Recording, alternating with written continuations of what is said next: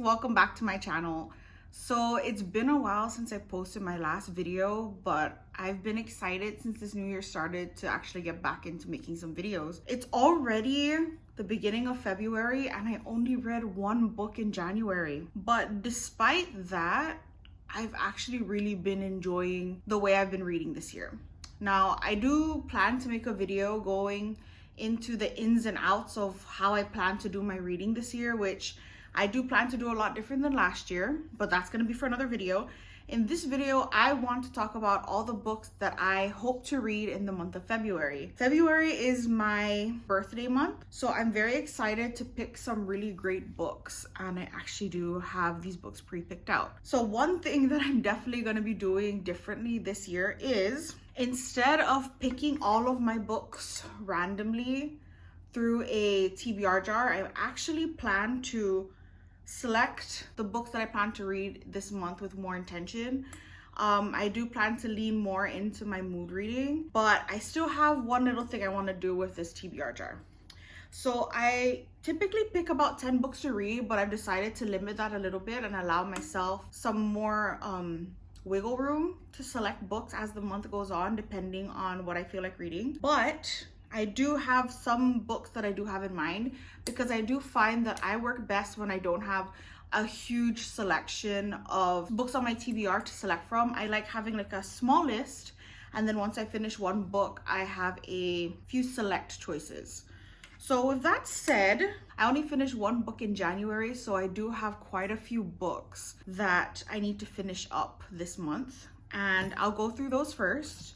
So first and foremost, I am still working my way through The Way of Kings by Brandon Sanderson. I'm actually pretty far in already. Ooh, I lost my page. I'm like on page 700 something. So I've only got a little bit ways to go.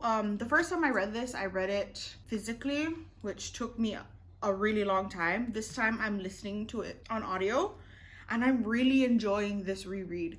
I'm actually planning on rereading the whole Stormlight Archive in preparation for the 5th book coming out in December. So I'm really enjoying this reread. Once I finish this, I do plan on moving on to the 2nd book in the series, Words of Radiance, also by Brandon Sanderson. These two are actually my favorite in the series so far. I think Words of Radiance is probably a little bit higher than The Way of Kings, so I'm really excited to be reading these this month. For those of you that don't know, it's really hard to describe what the Stormlight Archive is about.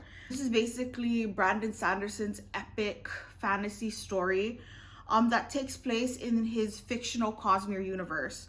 So if you've heard of his Mistborn series and some of his other novellas, they all take place in this universe called the Cosmere, where it takes place on different planets that have different magic systems. Now, the Stormlight Archive mainly takes place on this country called Roshar, where these separate species, humans, are at war with this different species, and it follows basically 3 main characters: Kaladin, Shallan, and Dalinar.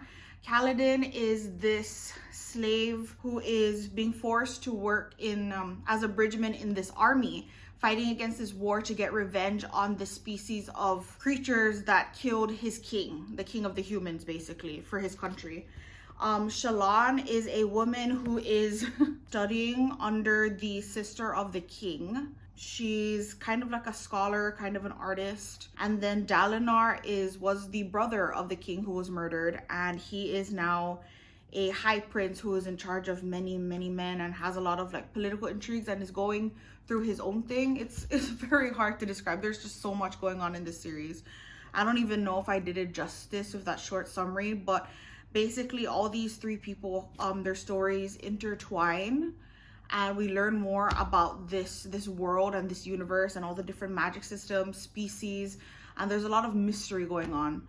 So I guess I just really love this series because Brandon Sanderson's writing is so straightforward. Like, if you want to get into adult epic fantasy and you're pretty intimidated by it, like I was very intimidated going through this series because it's so huge. But once I started reading it, it's so fast paced, it's so easy to read, as in like, even though the world building and the magic system can be kind of complex, the writing style is very, I don't know, very approachable. Like, it's not intimidating, it's very straightforward, so you don't get sidetracked trying to understand a complex prose on top of a complex world building, on top of so much character development. So you can really focus in on the plot, on the character development, on the world building, which is my favorite part of this series. The first two books in the Stormlight Archive are two books I'm really excited to finish and continue on with in February. Another two books that I'll be working on finishing from January is the illustrated editions of the Harry Potter books. So currently I'm still almost complete with, I've almost finished Harry Potter and the Sorcerer's Stone. I have never read through the illustrated editions. I've read through Harry Potter many times since I was young, but since getting these illustrated editions, I've wanted to reread the series and kind of see the pictures that are in here. I feel like it's a very different experience, like seeing this story told through this artist's interpretation of the story, and I've really been enjoying it. I read a couple chapters a night, and it's been really nice. So I hope to get through the whole series, or at least all the illustrated books, and then kind of move on to the other books that haven't been published illustrated yet. So once I finish Sorcerer's Stone, I plan to finish this within the first couple days. I'm going to be moving on to the illustrated edition of the Chamber of Secrets. Just like with the Stormlight books, these first two Harry Potter books are my favorite as far as like the descriptions of the castle and getting introduced to this world. So I'm very excited to see like the illustrated pieces of the story. So these two, if you don't know what Harry Potter is about, I think you've been living under a rock, so I'm not really going to get into it, but I'm very excited to finish these. Now, besides that, I'm also going to be continuing on with my read of Crib Sheet by Emily Oster. Now, this is a nonfiction book. It's a data-driven guide to better, more relaxing parenting from birth to preschool. So I'm currently expecting my first child, so that's kind of the reason why I've been rereading the illustrated editions of Harry Potter and also reading some parenting books. Now I've really been enjoying this book. It's kind of like it says, it's a very data-driven book about parenting. It talks a lot about facts. It doesn't just spew a bunch of self-help tips and tricks without stating the research that has gone behind it. So I've really been enjoying it because I've been not just, you know, learning things about why, like how children are raised, but kind of also learning about the reasons why and the research that has gone behind these facts. I've also been reading Dead Inside by Chandler Morrison on ebook. Now this is an extreme horror novel about these two people with very dark addictions. Now the man is addicted to, I'm gonna call it raping corpses, basically.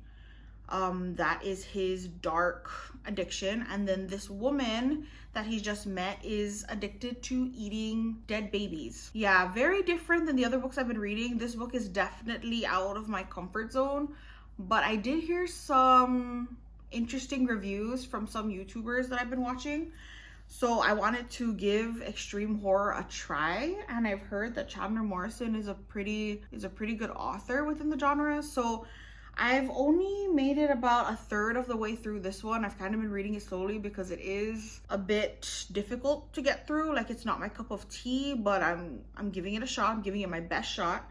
So I hope to finish this book and kind of decide if I should continue on trying extreme horror or if I should just pass up on the genre as a whole. So those are the 4 books that I'm continuing on from January, and then the books that I'll be reading once I'm done with those. Now I do have a few new books that I'll be picking up. Now one of it will definitely be House of Flame and Shadow by Sarah J Maas.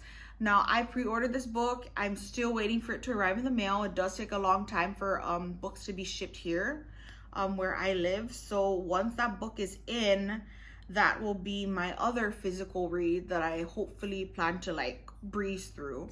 I've really been enjoying the Crescent City series by Sarah J Maas. Now, I've read her other series. I've read A Court of Thorns and Roses. I finished that series.